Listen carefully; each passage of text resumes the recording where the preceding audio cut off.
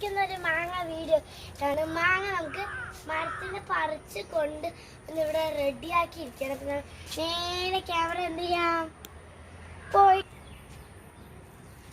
അതാണാക്കി set ചെയ്തിട്ട് അപ്പം നമുക്ക് ഈ മാങ്ങ എടുത്തിട്ട് ഒരു കവറിൻ്റെ ഉള്ളിലേക്ക് ഇടാം.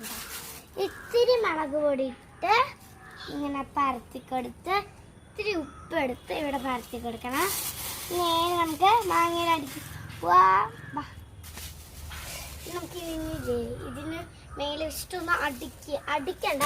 അടിക്ക് വെറുതെ ഇങ്ങനെ അടിച്ചത് കവറ് പോട്ടും. നമുക്ക് ഈ അമ്മിക്കറവ എടുത്തിട്ട്